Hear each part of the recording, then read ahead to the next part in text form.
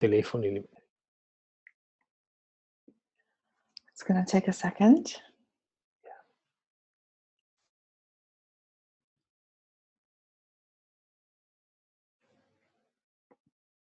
I'll just start the recording. And I'm just going to take a moment to share this into my group, if I can manage, because that's always my biggest challenge. Okay.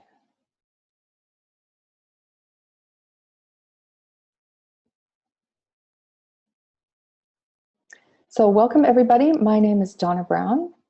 And for those of you who don't know me, I am a business mentor and strategist and an intuitive. And today I am here with Davide Cova, who is a former Buddhist monk and is a Dharma teacher and a counselor and a million other beautiful things. And everywhere he goes, he brings love and light. So here I'm trying to turn off my own audio so that I'm not bothering people. And the reason we've come together and we've started this webinar series that's open to everybody, and that we're also opening something to dig deeper on our own, as in a small group, is that we both felt that there is something very different that's happening in the world as more and more people are coming out on their own and working for themselves and building a business, especially online. And as such, we tend to be sort of one-man bands where we're really just a one-person company, and maybe we start outsourcing and things like that. And what happens with that, or to me, what has become important is that because we have come out on our own, and because we have taken this path of, let's say, in some way of self-authoring and creating our own lives, it becomes even more important for us to connect with our deepest selves and who we are and the biggest work that we can bring to the world, and have that emerge through our business in a way that is very unique to us, I find, and also, so that there is no longer that disconnect, I suppose, between business and what we call our personal lives. And so in my quest for that same thing, for myself and for my clients, a lot of my personal path has taken me on the path of meditation and self-inquiry, and on an inward journey. And I know from my own personal experience how much it has affected my business, my relationships, and just the way I see the world in general. And I thought, I feel that it's very important for all of us to include something very, very similar to this when we go about our own business of creating a business. And so the path of an ascended business is just that, digging deep into ourselves and connecting with our deepest self to bring that forward to the world, and using all the techniques, like we're using this amazing technology today to reach people all over the world. So to use what we have at our disposition, so they could have sort of, let's say, formal structures, but what drives them and the motor behind that is something very, very different and very spiritual. And that is why I've also brought in Davide to help me with this project, just because of his immense background. I mean, I did say he was a Buddhist monk, but he also underwent some very rigorous Buddhist studies for, I think, 7 years or a little bit more than that, and a long individual retreat that was almost a year and a half. And his vast experience also of day-to-day life with a partner and 3 very small children. So he's very grounded into the reality of what our days look like, and what it's like to have a family and try to be and do with all those constraints and opportunities that a small family brings. So Davide, would you like to say 2 words about yourself? And first of all, thank you so much for coming. Yeah, first of all, thank you. Thank you, Donna. Thank you for having me and for inviting me. Well, basically, you already said so much about myself. As I said, I'm a former monk, and my the last 25 years of my life were based on spirituality.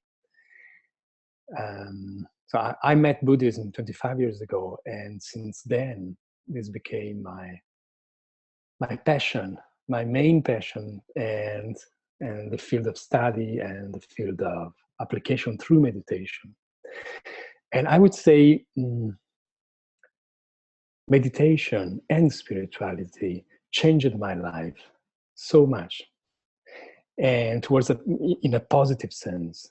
And it's so fundamental for my life that basically, as you know, I opened a center, a small center in Italy where I live, where I usually hold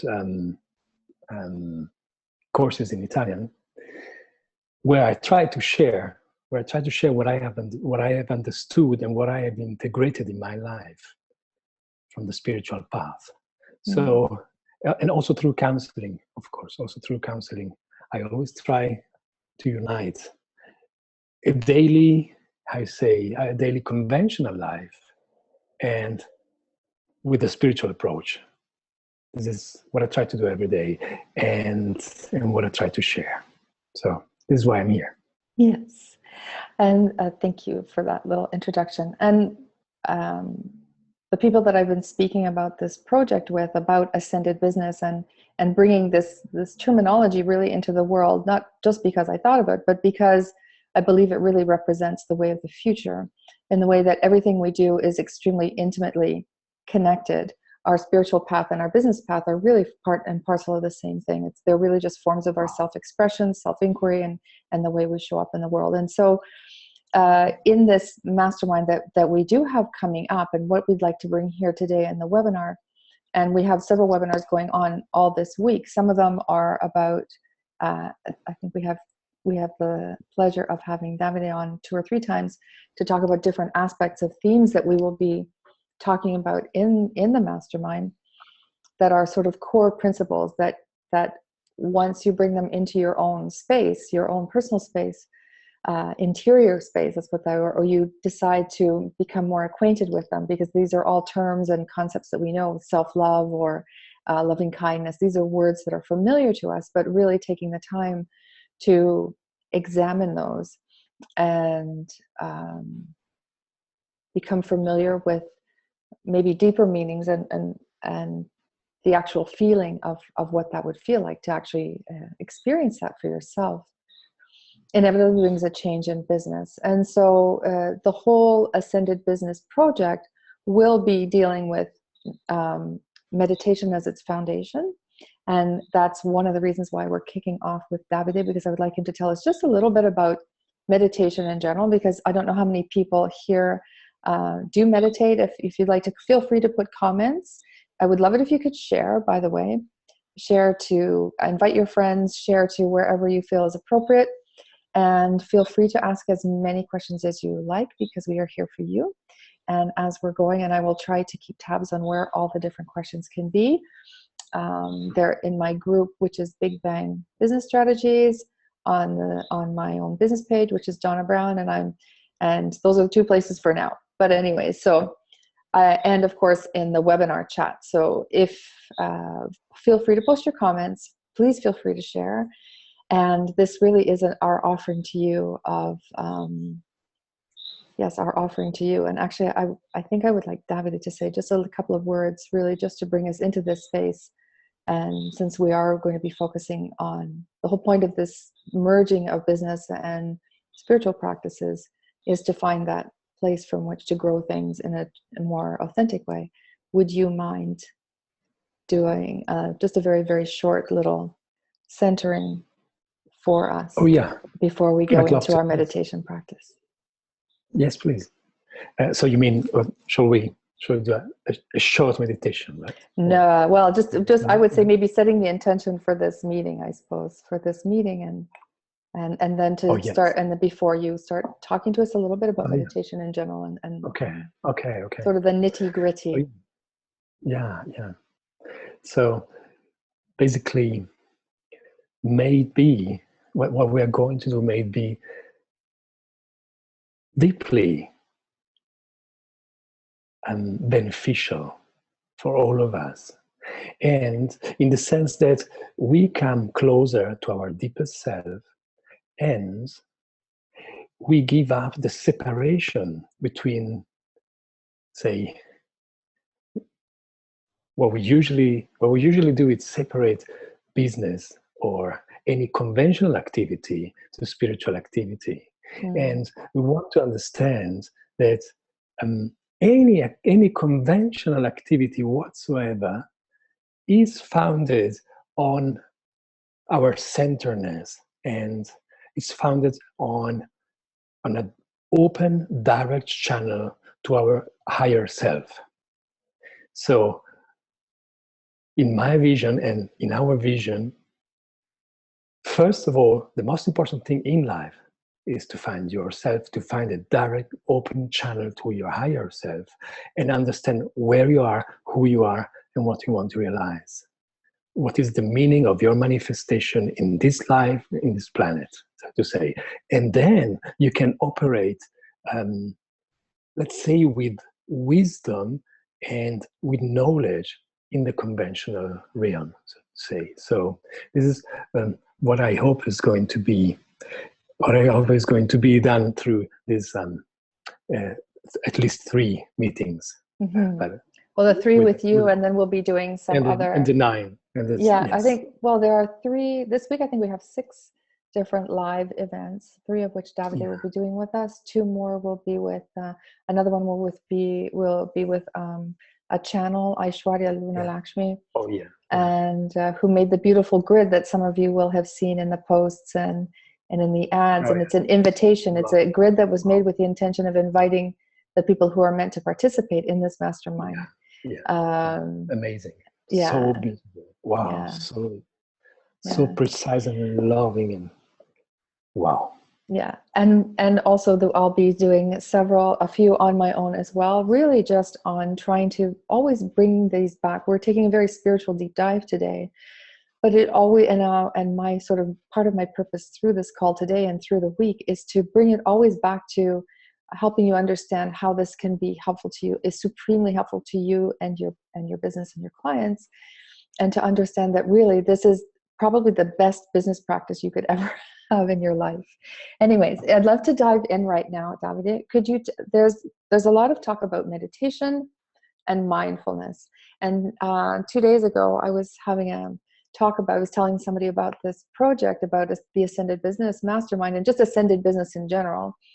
And they were saying, "Oh, that's just mindfulness. That's mindfulness. Just call it mindfulness. It's just mindfulness." Number one, and the NHS does that and use that word because people will be more comfortable with it. But I think that mindfulness is just a part of it. So, would you mind sort of walking us through the different types of meditation that they are and what the benefits of each are, if you don't mind? And I'd love to. Yeah, I'd love to. Yes. So basically, we have several types of different meditations. It is nowadays in the West, it's very well known what we call, as you said, mindfulness, and we mean mindfulness of breath. Consider that this style of meditation is based on the cultivation of attention, cultivation of intention, and acceptance, cultivation of acceptance. How do we do that? As many of you probably know, we do cultivate attention, intention, and acceptance through, as the title goes, mindfulness of breath. This is also known as shamatha. Shamatha is in Sanskrit and shine in Tibetan, and it means calm, abiding. So basically, when we are practicing mindfulness, which is just, it's one sort, it's one type of meditation, we are working on the art of presence, our ability to be present in this very moment, in the here and now, without judging, possibly without judging, and simply being aware of what is happening, recognizing what is happening, which means also labeling what is happening, and either letting go the thought or the emotion that has been has been traversed, how I say, has been coming through us. Or also, when we speak about emotions, we also have the possibility of embracing emotions, taking emotion within our arms, which means we start to breathe within the present emotion. So what is well known as mindfulness, and mindfulness is breath, is something that was say presented at least 2,600 years ago from the Buddha Sakyamuni in a sutra. I don't know if people are, I'll just give the title just in case someone is interested. The sutra is called Satipatthana Sutta. Satipatthana Sutta. And in this sutra, you will find all the very details of how to meditate on the breath, and how to meditate on, not just on the breath, how to meditate all the forms of mindfulness. Okay, so, and that's what we call shamatha, calm abiding. And shamatha in itself is the ability to keep focused, which is present and focused, attentive, intentive, and in acceptance towards yourself and towards other for at least 4 hours. Can you imagine? For at least 4 hours. I mean, this with is okay. No interruptions. With no interruption. With no interruption. So don't worry. Yeah, it takes some time. Yeah. it takes some time, but Yeah. but yeah. And But even if you just have 1 minute of full focused mind, you will enjoy it. Okay, yeah. so don't bother, don't worry with reaching, oh, I will never reach 4 hours in this life. Don't worry. Even if we just have 1 minute or 2 minutes of pure present, you will really enjoy it in any level, with body, speech, and mind. You will enjoy it in your life. You will see the result. So this is what we call, sorry, you wanted to say something? Yeah, I was just going to say that the problem of focus is something that, especially I was telling Davide a bit before, but most of the people here do have virtual businesses. That this is a problem that afflicts many of us, and we call it that, that we either get lost in scrolling through Facebook and all of a sudden an hour has gone by and we haven't even noticed, or we're trying to get things done and we're using like Pomodoros, or we're using whatever sort of app that there is to time us. But what meditation, and that's sort of like the external container in some way, right? This 25-minute container. Yeah. And the meditation practice itself, this building of focus, is what actually allows you to produce something within that container. Because you can still have the 25 minutes go by and still have not really produced that much. Because even if you don't go off topic or off task, let's put it that way, off task, it doesn't necessarily mean that your mind isn't still wandering. You could be constantly pulling it back. It's like you start to think about, oh, I need to go grocery shopping. Oh, I need to do, I should go do my laundry, or I should make myself a cup of tea. Like all these things that are always pulling at us, pulling at our attention and our focus away from what the task that we're doing, right? So in being present is my 100% of my focus is on writing this Facebook post to my audience. And that's all you're doing. That's all you think of. And you don't allow yourself, and we don't really even notice. We have notifications going and we have things popping up, and our phones have things that showing. So we usually have like at least 2 or 3 devices going. And although we do that, I think we're really unaware of how little true focus we have. And this is why I feel it's really important for people who do wish to be productive in their business to develop this, some sort of a meditation practice, because the side effects, like what might hook you into trying, is the productivity. What will get you to stay there is how you feel when you do it.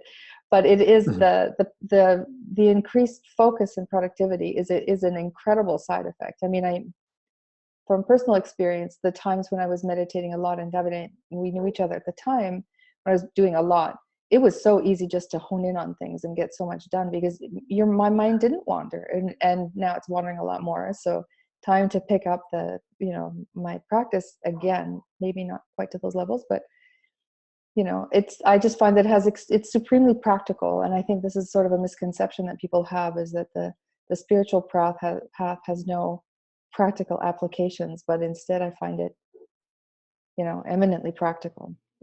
Absolutely. It is highly, highly practical. And the story about mindfulness is simply that you want to, as you mentioned, as you said, you want to develop awareness full time. Of course, which means coming out of duality, the duality of, here I'm meditating with the candle lights on and I'm centered. And then as I go out, I lose myself. So this doesn't work. So what we are cultivating through mindfulness is exactly that, the capacity, the ability of being aware in this very moment. Even suppose I'm doing a soup and I'm cutting vegetables, and when I cut vegetable, all I want to do is cutting vegetable. I don't start thinking about this, about that. I'm just completely focused on what I'm doing. It's very simple. So the real result of meditation is normally something very practical, extremely practical in your daily life. And of course, it's something so the result is you are centered, aware, attentive, and intentive full time. This is where we are heading to. Okay, this is one format, but I wanted to present just as main titles. Big titles. Big titles. Okay, big titles are, the second big title is visualize meditation through visualizations. And this is rather well known nowadays. It's rather widespread. And in the tradition where I come from, which is the Tibetan Buddhist tradition, we do work a lot with archetypes. So let's say archetypes are models of perfection, so to say. And so models of perfection, archetypes. And what we try to do is to visualize first in front of us, and then in the second phase, which is an advanced phase. In this second phase, we do work with personification of the archetype. But I mean, this is it's kind of very advanced. There are many other transformative mindfulness exercises which which work through visualization. And visualization, as many of us already know, work. Why does it work? Because it speaks directly to our unconscious mind. Our unconscious mind is very powerful. As you know, unconscious mind is extremely powerful.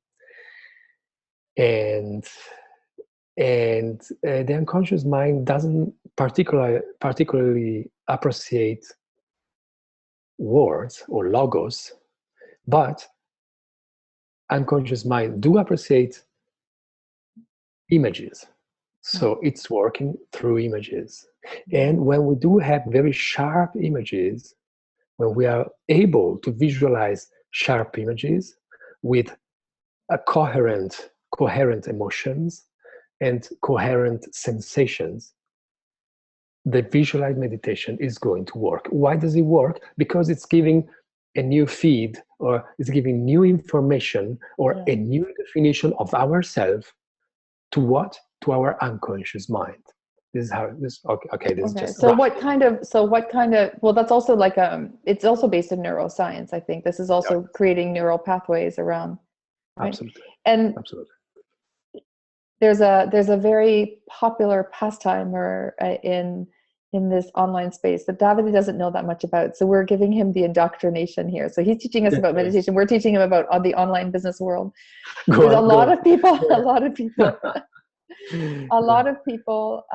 even though he does have his own virtual Dharma center. So he does conduct virtual in Italian though, so far. Only for us, he'll be doing it in English as well, but his normal activities are in Italian. But what I was going to say is Or that there's something that's really, really popular, and maybe you'd like to say something about this.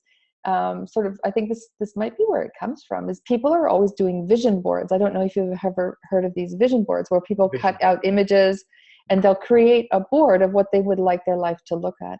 And they do spend time actually meditating on that vision board. I see. Wow. So it's kind of like a, shaken up version of visualization meditation in some way. Yeah, yeah, I can see that. Yeah, I can Right? imagine. Yeah, I want to have my vision board now. how can I picture it? I mean, it's this people just like, okay, so here people get a little bit materialistic and they're always putting like houses and beaches and things like that. But instead, I would say that maybe the internal vision board is a little bit more like, what would we be visualizing about ourselves in sort of a visualized meditation? What would we be working on what kinds of things would we be putting our focus on? So they're cutting out pictures of magazines and putting them on a board. Yeah. In a visualized meditation, what kinds of things about ourselves would we be actually trying to bring forward or concentrating on or putting our attention to imagine? What is? Yeah. Well, let's say, for example, today we are going to speak about loving kindness. Just a little. So I could visualize myself in a situation where I am usually confronted with excitement or aversion, even worse.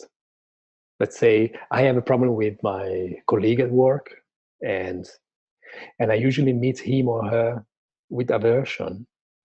And before going to work, I can visualize the situation where I'm meeting my colleague at work, and we are having a discussion, and suddenly I see that the activation of my heart plexus or heart chakra, and I'm overwhelmed with loving kindness, and I see how can I say, loving kindness, which is radiating in every direction, in any direction, and suddenly me and my colleague are, so to say, transformed into a loving kindness experience.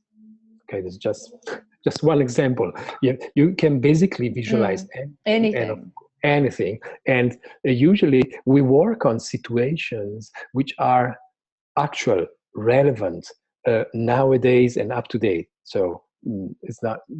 We can also work with situations that happened, say 30 years ago, or when I was born, or when I was a child. We say we can reprogram, so to say, many different situations that happen to us, but very often we work with actual present situations that we are facing. To get over certain challenges. So and I know that you know a little bit about, neither of us are neuroscientists, but I do know somebody in this space. It's a lovely woman who is. So maybe one day she'll grace us with her presence. But there is a lot of scientific proof that these things actually do change your brain, and they do talk a lot about neuroplasticity. I mean, I didn't ask you to prepare yourself for the science part, but I don't know if you have a couple of words to say about how these kinds of activities modify the brain and the way we perceive our lives. It's definitely not my. It's not your thing either. It's definitely not my. It's not mine either. But it is. There is, as you know, John Kabat-Zinn has been from Amherst University, UMass, University of Massachusetts, Amherst, has been studying the topic for the last 25 years, and he has been observing 15,000 case studies, okay, where he has been mapping with neuroimaging.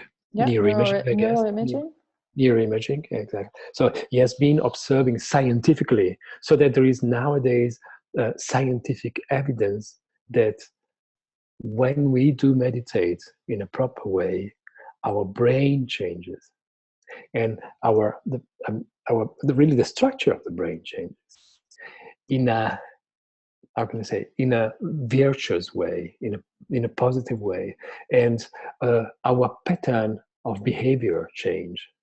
And this is now supported with very solid scientific evidence, and Mm. there are 25 years of studies about that. So I never went deep in that because I know it as from first hand experience. Mm. I'm basing myself from first person, how you say, first person experience, and as you know, Yeah. science bases itself on third person experience, which I Right. appreciate very much. But I'm so happy with my first personal experience that I didn't bother. I didn't bother going Checking the third person. second level person. But really, plenty of, starting from John Kabat-Zinn, you will find plenty of literature about that. Yeah. So we've talked a little bit about focusing on the breath and how that sort of Yes. allows us increases that capacity, that sort of exercises that muscle of concentration and focus, right? Yes. That we can then direct towards other things, right? So it's kind of like exercising, and then now that you're all in shape, where do you go? What do you do with all that? So at the one of them is visualization meditation, and the other, and I think, and how many other forms are there? Well, we say roughly we speak about meditation on breath, visual meditation, and analytic meditation. Okay. So with analytic meditation, which is also very widespread in the Tibetan milieu, in the Tibetan Buddhist milieu, but not only, we usually follow a line of reasoning at an analytical level. And then once we reach the outcome of this analytical reasoning, we keep focused on this outcome. We just keep very stable. We stabilize our mind on the outcome. So we say we abide in meditative equipoise. We abide in meditative equipoise on this result. And this result, as I say, is the result of a reasoning process, of an inferential process. Yeah. Okay. That's what we call analytical. Yeah. But before going there, let's say going with the bicycle, riding a bicycle, which is the very basic, the essential is having a stable breath meditation practice. Once you have a stable breath meditation practice, you open up to visualization and analytical. That's what we do usually. I don't know about your experience, but I guess more or less we are on the same line, on a similar line. Yeah. And what is the advantage of doing this kind of analytical meditation, and how can people, in what circumstances would they be able to use that? And on their own, or can they use this on their own once they learn sort of how it works, or is this something that they always need somebody else to guide them? What can people do with that? Yeah, of course. Yeah, of course.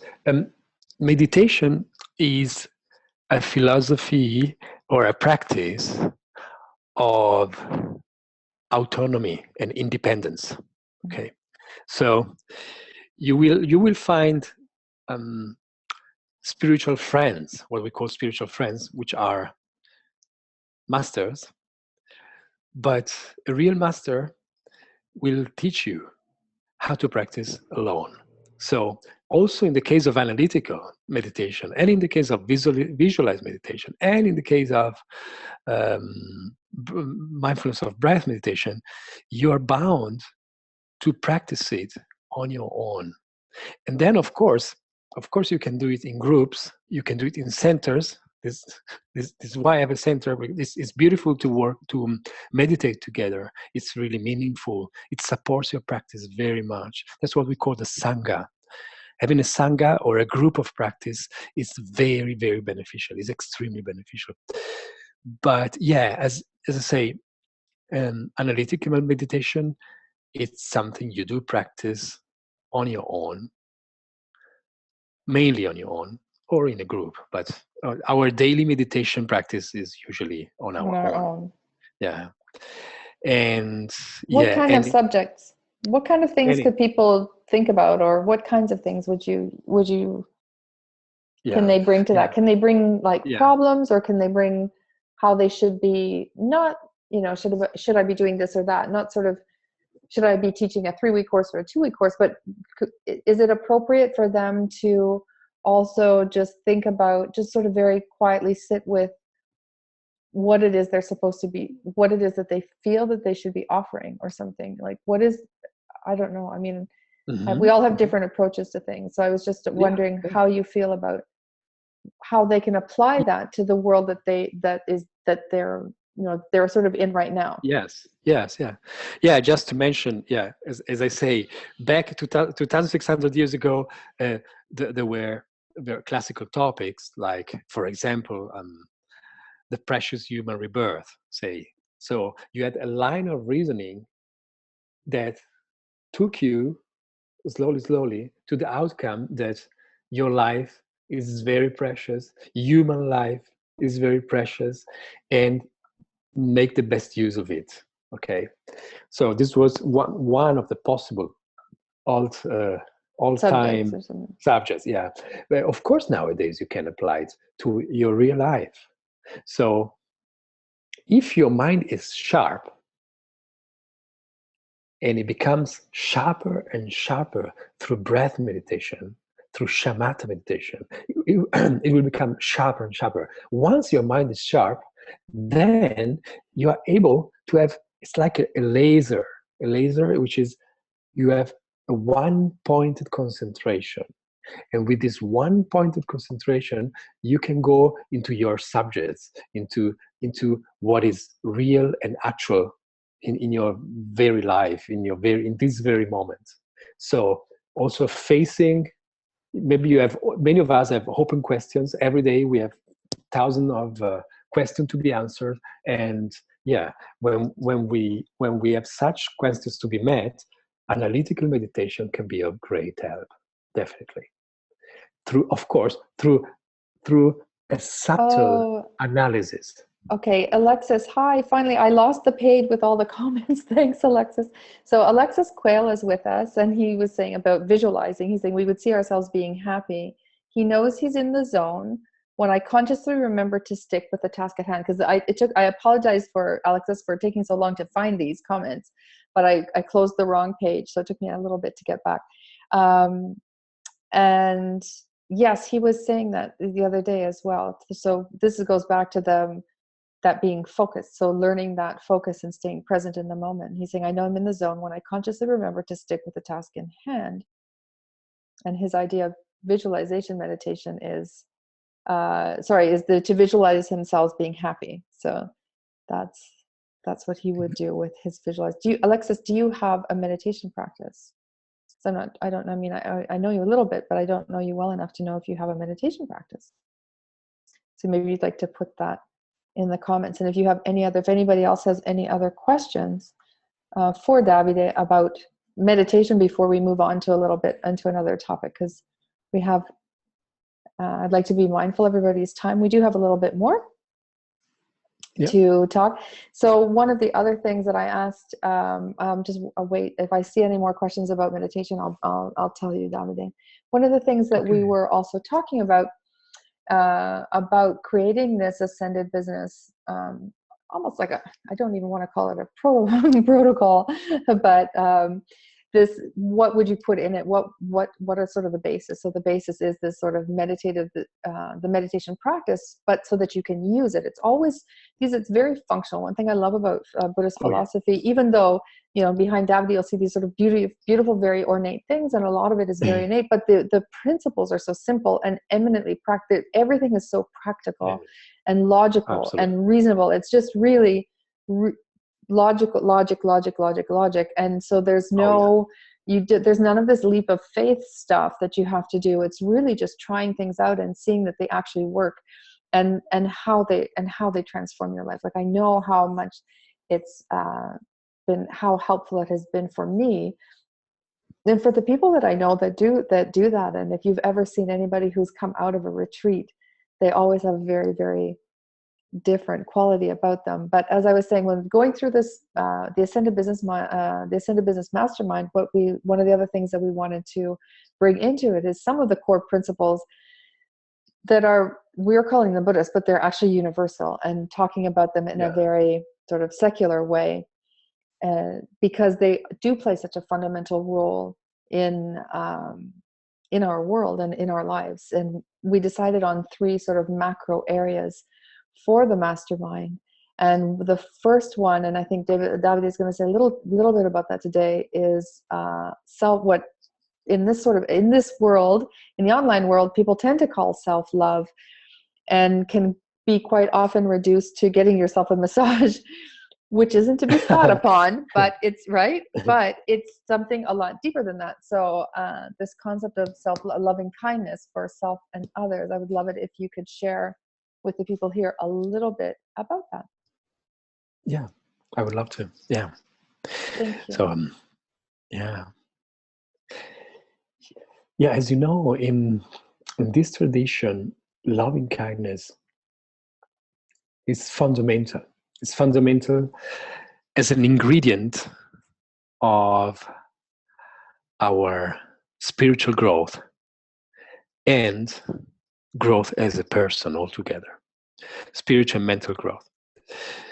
The birth of loving kindness comes from awareness of our own suffering.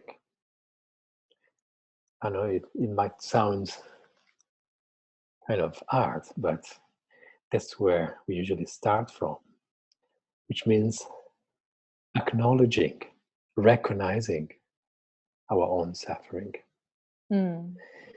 Recognizing how we get hooked by anger, how we get hooked by prejudice,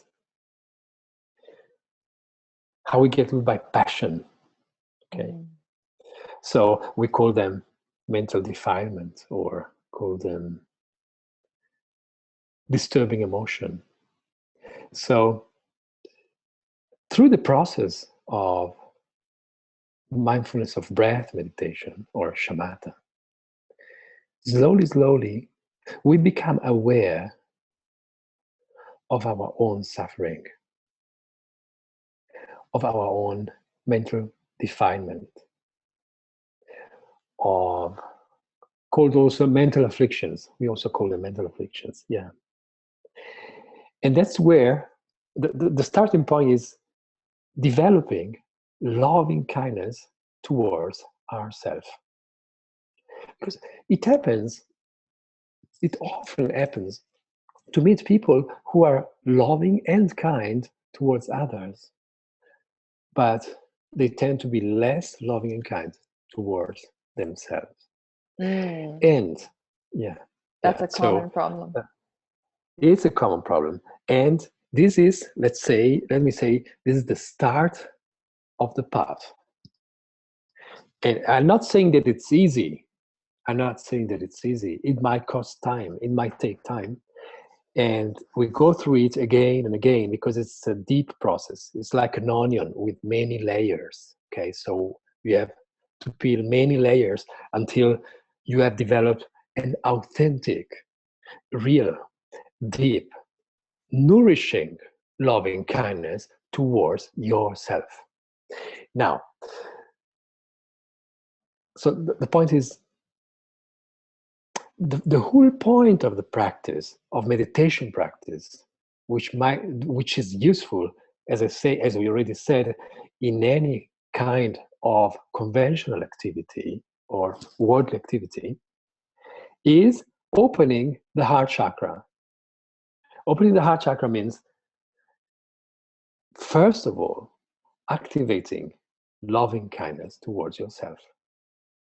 Then we will have empathy towards yourself, joy towards yourself, and equanimity towards yourself. But we want to start from loving kindness. So, in the tradition, let's take the whole tradition, the old tradition, because in fact the tradition, we're not so different from 2,600 years ago. We basically want the same things. We human beings, we are living in a different way, of course, especially in technological societies. but human beings are basically the same. And so maybe it might well be that what worked 2,600 years ago is still working for us nowadays. So consider that the Buddha Sakyamuni, told us 2,600 years ago, gave us some sayings, how can I say, some aspirations, and to contemplate such aspirations, such affirmations. One is, may I be filled with loving kindness. For example, when I wake up in the morning and I start my meditation practice, I make sure that every day of my life, I start with motivation, with setting the motivation. And one of the aspirations of this motivation is, may I be filled with loving kindness. Filled with loving kindness towards myself and towards others. But look, there's no way to have authentic loving kindness unless you have authentic loving kindness towards others, unless you have it towards yourself. So that's the very starting point, and it will accompany us. It will come with us throughout our lives. So the first thing I do in the morning, either before meditating and after the session of meditation, I end up the session with such affirmation, even nowadays, 25 years later. So I like to go ahead. Sorry, there are others. Let me just finish this, because there are four aspirations which I would like people. Oh yes, please. Our participants to at least to hear for the first time. If it's the first time, maybe they know it already. May I be safe from inner and outer danger. We don't have to analyze it that much. Just let it go slowly into your heart. May I be free from inner and outer danger. It is true. Our daily life is full of danger, especially if we live in big towns. There are many dangers. And either I have already realized the emptiness of true existence, or the emptiness of the lack of true existence of the self, or I will be experiencing fear. So may I be safe from inner and outer danger. This is also a base for our loving kindness toward us. A third one, then there is a third one, a fourth one, and then you have the floor. May I be well in body and mind. You see, it's very simple. May I be well in body and mind. We mean it word by word. Well in my body, well in my mind. So simple and so rich if it becomes real. Because when I'm really rooted in this sincere, authentic wellness of body and mind, I have good chances to act in full presence, in full awareness, and to do the best I can for myself and others, guided from loving kindness. The fourth one, this is just a short presentation. I don't want to go deeper, but may I be at ease and happy. May I be at ease and happy. And by happiness, we mean serenity. Serenity, it's English, right? Yeah. Yeah. Serenity. Yeah, because every now and then, maybe I say I speak in Italian. Okay, so, serenity. So at ease with myself, which is not being embarrassed, being constantly, and I mean really, I mean it, constantly in a state of serenity. And the fact that I wish it to myself means that, of course, I wish it to others, and means that I'm trying to cultivate day by day such qualities. And the mere fact of putting this seed in my mind and in my heart every day, every single day when I open my eyes, every single day when I do my meditation session in the morning, and every single night when I do my meditation at night, is going to change my mind, is going to change my heart. And I mean it. It works. Okay, there's a lot to say, but first, you wanted to say something, right? No, I was just reading back some of the comments. So it looks like, I think Wendy also, there's Wendy Cohen here, and Wendy's, she does beautiful work on, she is a nutritionist, and I think she's also a registered nurse, but she's studied a lot of sort of Eastern traditions as far as health and really wellness from the inside out, and she does work on a very profound level and with that. So she has very, and so I'm sure she has some kind of medicine. There's a yes, but I didn't see what she wrote the yes because I keep losing the page. I'm not that tech. I'm more tech savvy than Davide, but that doesn't take much. So I'm not that. Really doesn't take much. Yeah, no, it takes almost nothing. Like I think his almost 4-year-old is 5-year-old is more than anyways. But Alexis was talking about his meditation. He has a meditation. Oh, this is very nice, Alexis. He says, I try to meditate as much as possible. And yay for that. Yay for that. Yeah. That's already amazing. That's already amazing. Yeah, little and often. When I can find 10 minutes here and there, but almost every day, like people do physical exercise. He's a big fan of the works of, what is his name? Wayne Dyer. Wayne Dyer and Alan Watts. I don't know if you know it. And was taught at Brahma Kumaris Center, and I don't know where that is. The Brahma Kumaris. Where is that, Alexis, where that center is? And Wendy, I don't know if you were saying yes to, do you meditate? I guess I should pay more attention to the comments. I'm not that savvy about this stuff. So, and if you do have a meditation practice, what do you do? And is it really just mindfulness of the breath, or do you do other stuff as well? And, kind of, what's your spin on this kind of stuff? And then there's also Joanne here, who is a very special person as well, with all kinds of interesting gifts. And so it's nice to have you here too. So that's what Alexis has to say about his thing. I don't know where that Brahma Kumara Center is, Alexis. Maybe you'd like to throw that in the comments. And it's really, really nice that you do, really nice. I started off the same way. I started off with, somebody said I read somewhere 7-minute intervals, and I started off really just doing 7 minutes. 7 minutes, 7 minutes, 7 minutes. And I would take, different, I would take little breaks during the day and do another 7 minutes. So just that constant. And I actually really, really like that, because the two big sessions in the morning and the night, they're nice if you can do them. And they're important to sort of open and close the day. In an ideal world, that's beautiful. But I also love that sort of grabbing, taking that time and opening that space in the middle of the day. Because we're always saying, I don't have time. But we scroll on Facebook literally for hours, and we watch Netflix, or we'll just we'll scroll on our phones, and then we'll say we don't have time to meditate. So it's, I don't know, there's some kind of weird resistance to that. People are funny.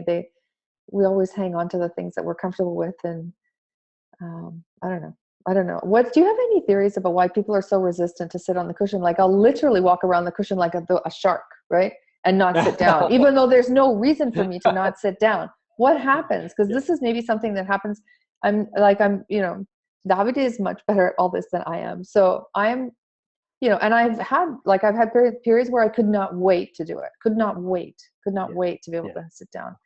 And other periods where it's like, oh no. And then I would avoid it. Why do you have any insight as to why we avoid it? Because that's a big thing, I think, for people. yeah, yeah. I Well, we was usually told once say, it was laziness. yeah, Right, Davide didn't that's push what it. we It was just laziness. It's like, agree. oh, thanks a Just lot. laziness. Yeah, which I know very well. I know laziness very well. I'm a specialist of laziness. I know. It's like they should give me an honorary degree in laziness. Yeah, an honorary degree, yes. And also it's classified as a form of attachment. Oh, To really? what? Yeah, it's also considered, maybe it's not your case, but it might be a form of attachment to what? To our obstacles. Oh, Or well, we love our suffering. We just love our exactly, suffering. to our suffering. Look how much we Exactly. talk about our problems. Yeah. And Davide, I mean, I've been through some pretty tough times over the last 4 years, and I would phone him and just literally just go for like 40 minutes, and he would just sit there and listen, and then say he had to go and say goodbye. But it's true though. The first day, how are you? It's like, boom, you bring out all this Vroom. stuff, right? So you Yeah, guys, you yeah, should be lucky that you only met me now and not in the middle of that stuff. But it was not pretty. But it is true yeah, though. We are so attached to us. It's so easy. It's so much easier to identify with our suffering, right? And poor me, victim, this horrible thing is happening, rather than, I don't know, almost anything, almost anything else, almost anything else. And that's really, so you think that when we're resisting the practice and saying it's because I think it's the same thing as, maybe I shouldn't smoke the cigarette, or maybe I should not have that coffee, or maybe I shouldn't have that cookie. Like, it's, again, these are all attachments to things. We know we're attached to that suffering that brings. It's very strange, right? Like, I think there's yeah, a similarity to all these things. It's not just about meditation. And the people here, I think they do have meditation practice, but for anybody who's watching the replay that doesn't have one, I think it's also kind of like when you should make your bed, or you should brush your teeth, or you should clean your room, or you should something, or that it's good for you. There's a part of us that goes, yeah, but I really don't want to do that. And why? I don't get it. I just don't get it. yeah, So yeah. strange. It's procrastination. Yeah, we call it procrastination. I'm a specialist. I know procrastination Oh very my well. God. I But know. I struggle. I'm I've been queen. struggling a lot. Yeah, don't worry. It's a good friend. It's a life companion. It can be a life companion, but yeah, basically it's a form of attachment to our suffering. So yeah, I recognize it and I embrace it. I recognize my attachment to my suffering. I embrace it, and the more I embrace it and accept it, the more it changes. So transformation goes through recognizing, acknowledging, nominating, so labeling, giving an appropriate name, and embracing, which is okay. I recognize you, and I take you in my arms, and I share loving kindness with my attachment and with my object of attachment. And then suddenly, that's the miracle, suddenly things change. Suddenly things is incredible. Suddenly things change within us and outside ourselves. Because as Mm. we all know, as many of us know, our experience, our outer experience is the result of what we think and of our unconscious mind. So, as we know, we co create reality through our belief system and unconscious mind. So, if I am restructuring my unconscious mind and my belief system, of course, my experience out there is going to change. Mm. Very simple. So, don't worry, we are all struggling with procrastination. Just go ahead. Yeah. Just go ahead and Yeah. start again, start again, and we do our best. Yeah. And that's We do our, the zone of this learning to not judge yourself, right? I love and accept oh myself as I am, yeah, just right? as I In am. this, as I am, just as I am. And Yeah, that's a huge thing. And it's kind of like the procrastination and the resistance is kind of like when somebody's trying to push you over and you push back. But the moment you stop, there's nothing, yeah, there's nothing to push, right? There's no reason to resist that, right? In the same way yeah, I hope that makes sense. Anyway, yeah. I'm So looking, yeah. yeah, go ahead. Now, I was saying, and also enjoying happiness. Mm. Also going back to loving kindness.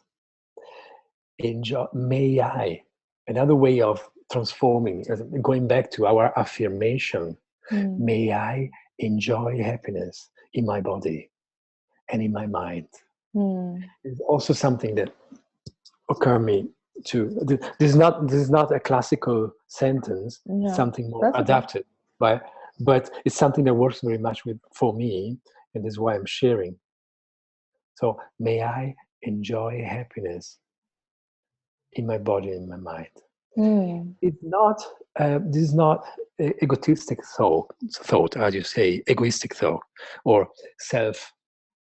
This is not a self. Yeah, this is not a self-cherishing thought. Mm-hmm. No, it's may I be able to experience happiness with body and mind. If I do experience serenity and happiness, of course, the quality of my performance in any field whatsoever, and of course in business, will change. Yeah. Will come to the peak. It will be a peak performance. Why? Yeah. Because I'm experiencing centeredness, awareness, serenity in my body, in my mind. So please remind these 4 sentences, or also these 5 sentences, as an example, in case you are new to loving kindness meditation, so that you give it a chance. Like give it a chance. Try to say for 21 days, for example.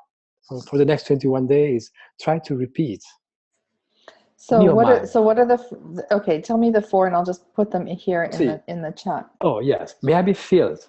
May I be filled Mm. with loving kindness. Okay. May I be safe from inner and outer danger.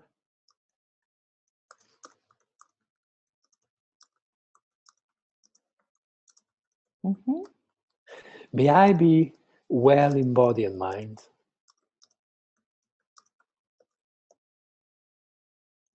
And may I be at ease and happy.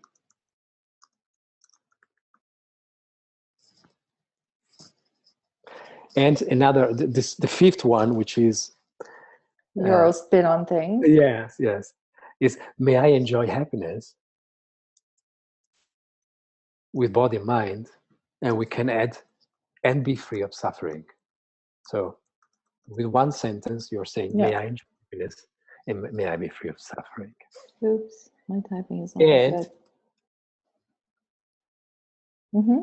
the good news is that it works. It incredibly works. It works. It's incredibly how much it works. Yes, it is. So simple, so simple. We had to be. I don't know why we didn't have this in elementary schools, right? We had to be taught such sentences in elementary school. We would be much happier. That's what the Alice Project in India is doing. Yeah. Mm. Well, there's a practice again. As I said, I'm into as he's teaching us, I'm teaching Davide. So in the online space, especially among female entrepreneurs, there is this whole morning, this whole sort of ritual or routines, and that include. We talked a little bit about the vision board. Some people do those. A lot of people do journaling as a way of expressing, so journaling is again really almost a meditative form as practicing, because meditation can also be, you can also do it walking, or meditation isn't just sitting on a cushion. So in a way, in that journal, when you're really connecting with your feelings and your desires, and they try to write out the way things, they write in the present the way they would like things to be. So as if it were now. So as if they write as if things were a certain way, right? And it's a little bit, it's almost like a written visualization meditation in some way, right? They're imagining, so they're using all their imagination and trying to feel right now what it would feel like to feel fulfilled, to feel successful, but successful in a way that is full, that it's successful, not, just money stuff, right? But this sort of the wealth of the whole human experience and their clients, and what this looks for. I mean, some people still write down that they want a car or something, but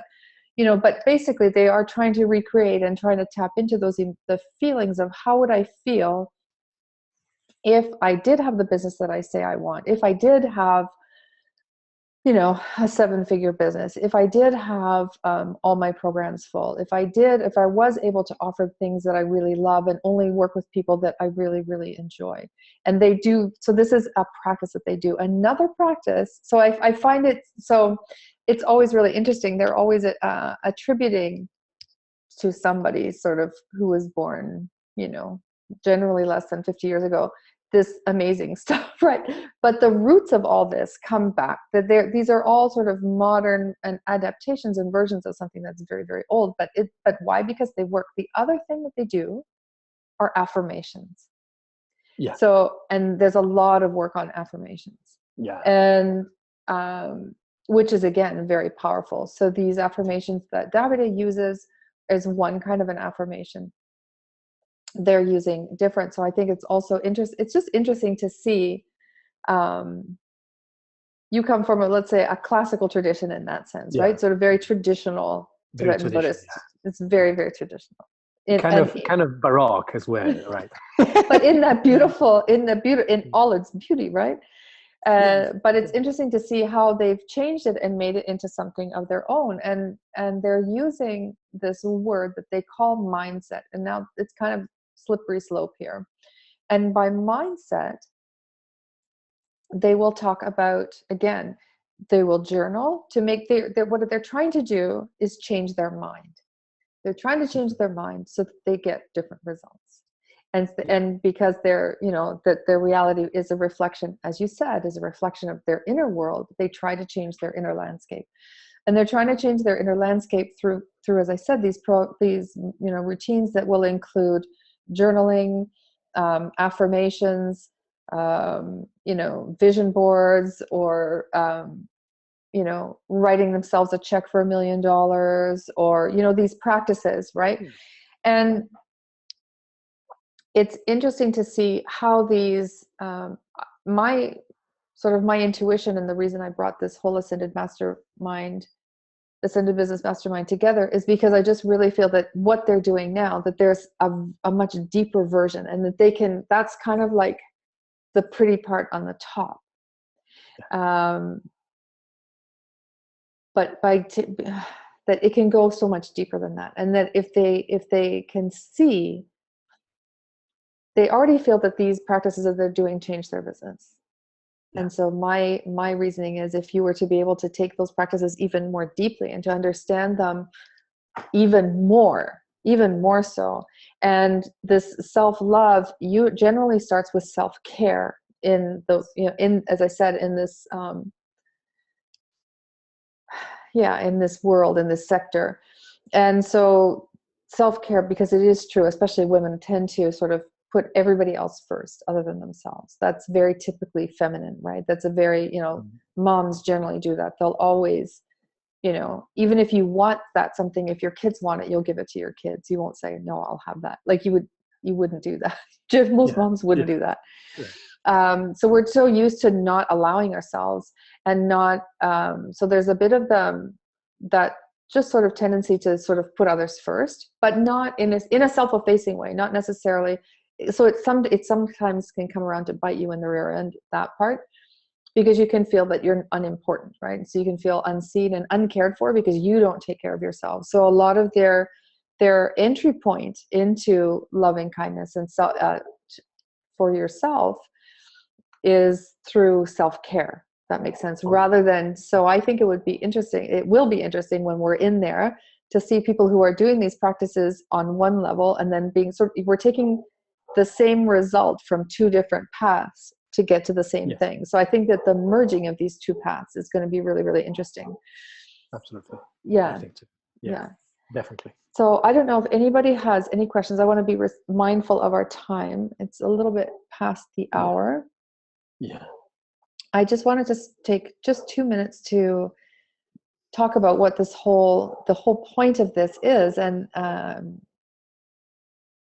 I've kind of laced it through our comments and through the whole hour that we spent together, that to me, the merging of our spiritual practices and using people like Davide or Aishwarya, who's a channel, or somebody else who knows how to do readings, or Akashic record readings, or whatever it is. These are all tools. It's really funny.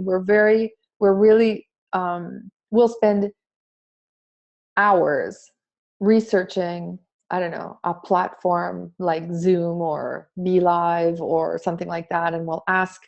There'll be these huge discussion threads of 200 comments about, which course platform to use, whether to use this one or Thinkific or what, I don't even remember all the names. So, but we're not, and we're constantly looking for those, and we're constantly investing in what I call sort of really the structures and the processes. So that's, your branding, your messaging, what it is you're offering, at what price, but we rarely take the time to go a lot deeper into what it is, to happiness, to what is it that will bring me happiness and serenity, and bringing ourselves to that space of equanimity and love towards ourselves. And from that space, you can create anything. You would never create from that space, from a space of love for yourself. I don't believe you will create something that you don't believe in, or that doesn't fit you, because there's a part of you that will say, don't do it. And right now, there are a lot of people who are working very, very hard and spending a lot of money and a lot of time and a lot of energy to put out things that are mildly successful or not successful at all. But because I don't think that there's this deep alignment with the kind of work that they should be doing. So I brought in Davide so I have our little team here. So there's Davide on the one side, who will help us with this, build this meditative practice, build the focus. And then once we have this laser beam of focus, then we can decide where to direct it to, on our business, on ourselves, it really on different types of meditation, or to our relationships, or to even just driving, or even to just enjoying our walk in the park.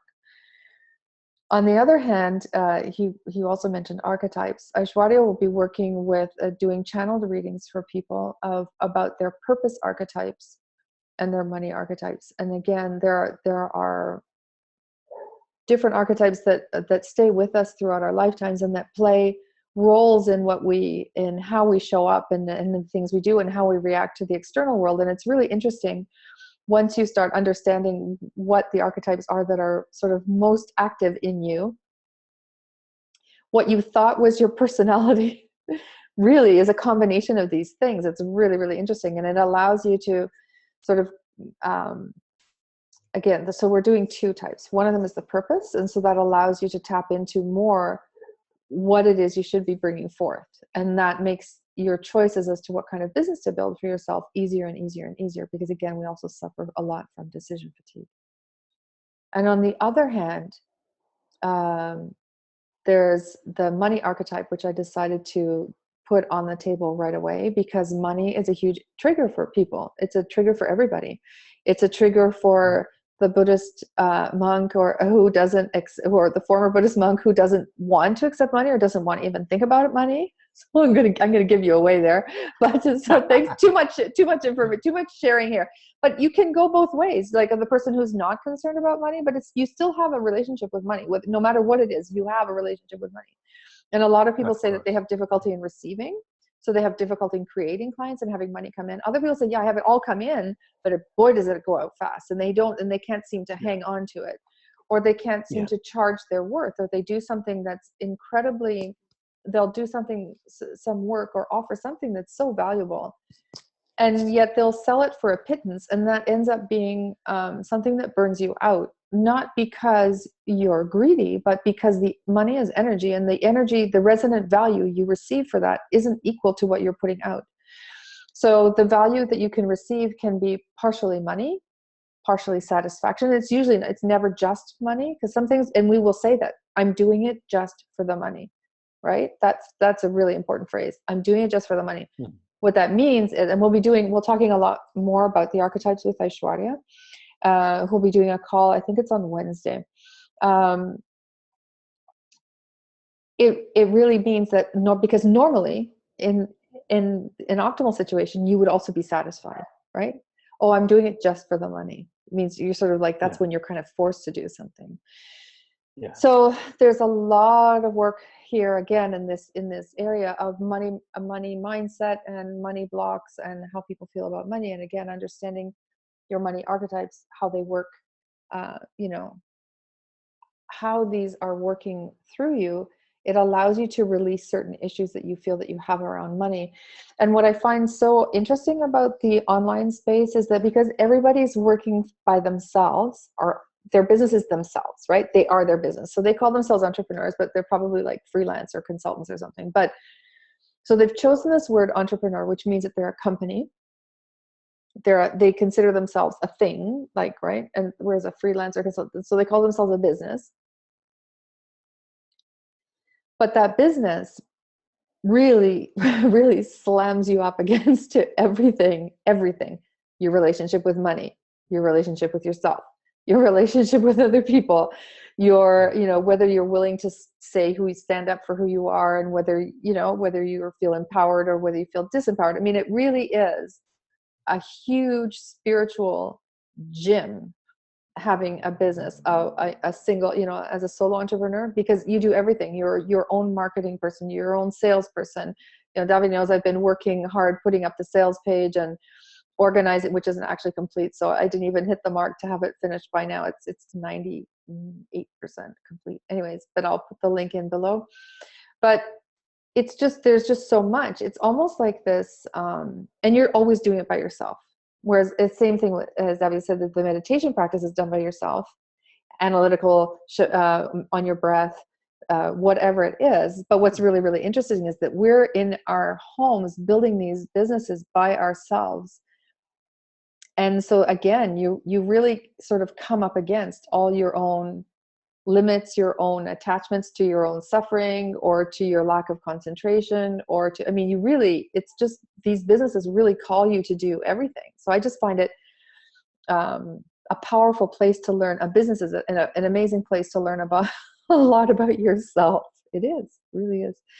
So the Ascended Business Mastermind, just to sort of wrap things up, we're starting on May 10th, and it's Davide will be doing a weekly guided meditation, and he will also be going much deeper into concepts such as loving kindness, ethics, wisdom, intention, the power of intention in what we do, motivation, and some other things that will work their way into the conversation. Aishwarya will be providing you with your own individual channeled messages about your own internal archetypes for your purpose, your life's purpose, and money. And I will be helping you bring it all together and bringing all these different aspects into your business and into your business strategies, and what kinds of offerings are the most suitable for you, because now we have this absolute freedom to create something that fits us, that's really made to measure. So it's time to really ask ourselves what it is we really want and what would make us happy and live in ease and without suffering. And then I've brought in also a couple of business experts to help us with sales, because again, sales is another sort of bugbear for a lot of people who don't want to sell their own things and sell their services and get out and talk about them. And she'll work with that, because it actually does all come together. So the work with the money archetypes will come together with how you deal with sales. The meditation will come together, you know, will show itself in your productivity, will show itself in your clear-mindedness about your own business, and you'll be sort of less in your head. And we're always saying, you're in your head, and you're sort of like spinning around and rethinking the same thing 75 times and not constantly second guessing yourself. That helps sort of loosen that grip, right, of confusion that we can have on our business. So it's, as I said, 9 weeks. So we're starting May 10th. It's going to be a very small and intimate group. There has been, Aishwarya has prepared a crystal grid to open an energy vortex for the people who do decide to join. And that's already in the space. So the group was created. There was some rituals done about actually opening this energetic space to hold the people who feel called. And I would love it if somebody is listening right now or in the replay feels called to do that. And there's also, as I said, a grid that you will see on, and that one's private, and that's only for the people who are in the group, because it is meant for them and the people who are involved in this project. And then there is an invitational grid out and on the interweb there in Facebook land, that you'll see, and that is an invitation it was a grid especially for you, so as an invitation to you, and to call the people who would benefit from this most to join. And if you would like to join, we are going to be talking about it all this week. And if you would like to join, you can either write a comment below or get in touch with me. I will be putting a link in the comments to, if you want to get on a quick discovery call to see if it's a really good fit and you'd like to know more about it. And I will also be putting a link to the sales page, because it's almost ready. I just have to put in a few last minute touches, and that will be up after that. And so, if nobody has any other questions, and I don't seem to see any here, or I'm just going to check a couple of other places.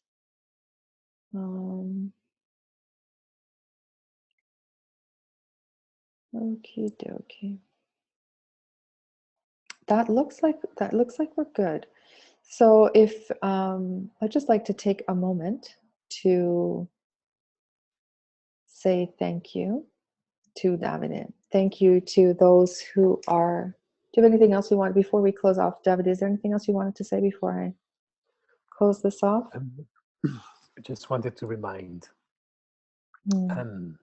whichever practice you do, meditation practice you do, to allow some space, at the end of the session, so that we don't finish the meditation session and then immediately grab to our telephone and we go on social medias and so.